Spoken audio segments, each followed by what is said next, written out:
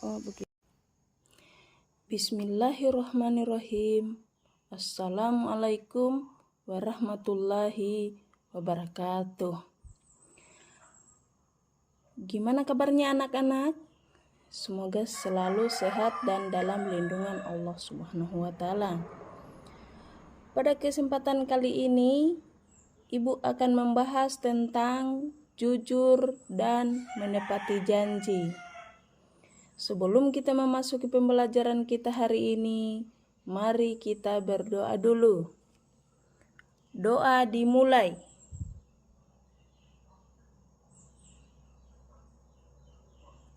Doa selesai. Adapun tujuan pembelajaran yang kita capai kali ini, yang pertama kita ketahui apa itu jujur. Jadi jujur adalah sikap yang dimiliki seseorang yang senantiasa berpijak pada kebenaran, terhindar dari indikasi kemunafikan, kepalsuan, rekayasa, basa-basi, kepura-puraan, dan perbuatan manipulasi. Adapun ayat yang membahas tentang jujur yaitu yang pertama, Surah Al-Ahzab ayat 70 yang berbunyi, Ya ayyuhallazina amanu taqullaha wa qulu qawlan sadida, yang artinya, wahai orang-orang yang beriman, bertakwalah kamu kepada Allah dan ucapkanlah perkataan yang benar. Kemudian yang kedua terdapat di Quran Surah Al-Imran ayat 77 yang berbunyi, Bismillahirrahmanirrahim. Innallazina yashtaruna biahdillahi wa aymanihim thamanan qalila ulaika la khalaqa lahum fil akhirati wa la yukallimuhumullahu wa la yanzuru ilaihim yaumal qiyamati wa la yuzakkihim wa lahum azabun alim, yang artinya, sesungguhnya orang-orang yang memperjualbelikan janji Allah dan sumpah-sumpah mereka dengan harga murah, mereka itu tidak memperoleh bagian di akhirat. Allah tidak akan menyapa mereka dan tidak akan memperhatikan mereka pada hari kiamat dan tidak akan menyucikan mereka. Bagi mereka azab yang pedih. Kemudian yang ketiga terdapat di Quran Surah As-Saff ayat 2-3. Bismillahirrahmanirrahim. Ya ayyuhallazina amanu lima taquluna ma la taf'alun. Allahi an taqulu ma la taf'alun. Wahai orang-orang yang beriman, kenapakah kamu mengatakan sesuatu yang tidak kamu kerjakan?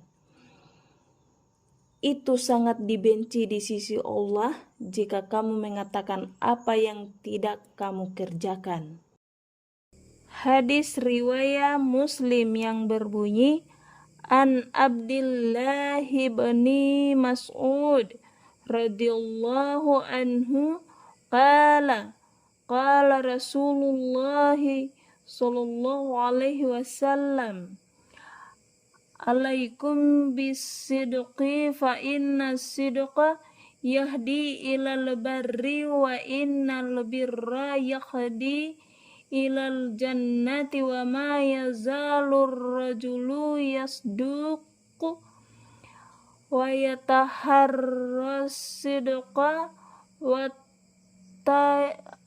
hatta yuktaba indallahi siddiqan wa iyyakum wal kaziba fa innal kaziba yahdi ilal fujur wa innal fujura yahdi ilan nar wa ma yazalur rajulu yakzibu wa yataharral kaziba hatta yuktaba innallahi kazzaba. Hendaklah kalian selalu berlaku jujur, karena kejujuran membawa kepada kebaikan, dan kebaikan mengantarkan seseorang ke surga. Dan apabila seorang selalu berkata jujur dan tetap memilih jujur, maka akan dicatat di sisi Allah sebagai orang yang jujur. Dan jauhilah oleh kalian berbuat dusta, karena dusta membawa seseorang kepada kejahatan, dan kejahatan mengantarkan seseorang ke neraka. Dan jika seorang senantiasa berdusta dan memilih kedustaan, maka akan dicatat di sisi Allah sebagai pendusta. Hadis riwayat Bukhari Muslim. An Abi Hurairah radhiyallahu anhu an Nabiyyi sallallahu alaihi wasallam qala ayatul munafiq thalathah iza haddatsa kazab wa iza wa'ada akhlaf wa iza atumina khan. Abu Hurairah berkata, Nabi Shallallahu Alaihi Wasallam bersabda, tanda-tanda orang munafik itu ada 3, yaitu jika berkata dusta, jika berjanji mengingkari, dan jika dipercaya khianat. Kemudian bentuk-bentuk kejujuran. Yang pertamanya itu jujur dalam perkataan, dan yang kedua yaitu jujur dalam perbuatan. Kemudian adapun implementasi jujur di sekolah, di rumah, dan di masyarakat. Yang pertama kita lihat dulu di lingkungan sekolah. Contohnya yaitu dengan tidak menyontek ketika ujian. Lingkungan masyarakat, contohnya yaitu jujur mengelola keuangan organisasi seperti Karang Taruna atau iuran rutin RW.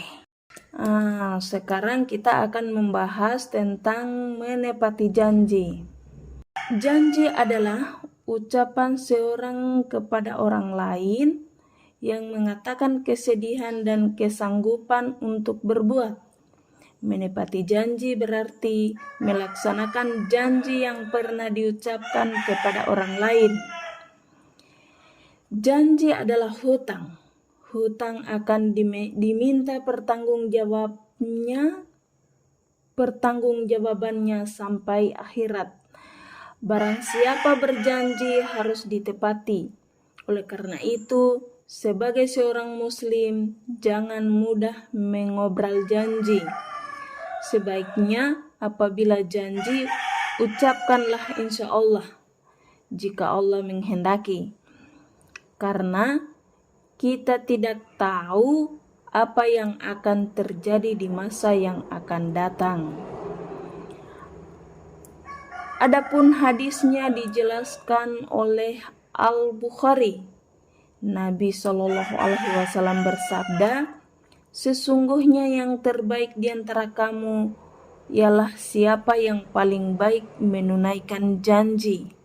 Allah Subhanahu wa Ta'ala mengancam orang-orang yang melanggar janji dengan azab yang pedih, sebagaimana dalam firman-Nya dalam Quran surah Al-Imran ayat 77 yang berbunyi, Bismillahirrahmanirrahim. Innal ladzina yashtaruna bi ahdillahi wa aymanihim thamanan qalila ulaika la khalaqa lahum fil akhirati wa la yukallimuhumullahu wa la yanzuru ilaihim yaumal qiyamati wala yuzakkihim walahum azabun alim. Yang artinya sesungguhnya orang yang menjual belikan janji Allah dan sumpah-sumpah mereka dengan harga murah, mereka itu tidak memperoleh bagian di akhirat. Allah tidak akan menyapa mereka, tidak akan memperhatikan mereka pada hari kiamat, dan tidak akan menyucikan mereka.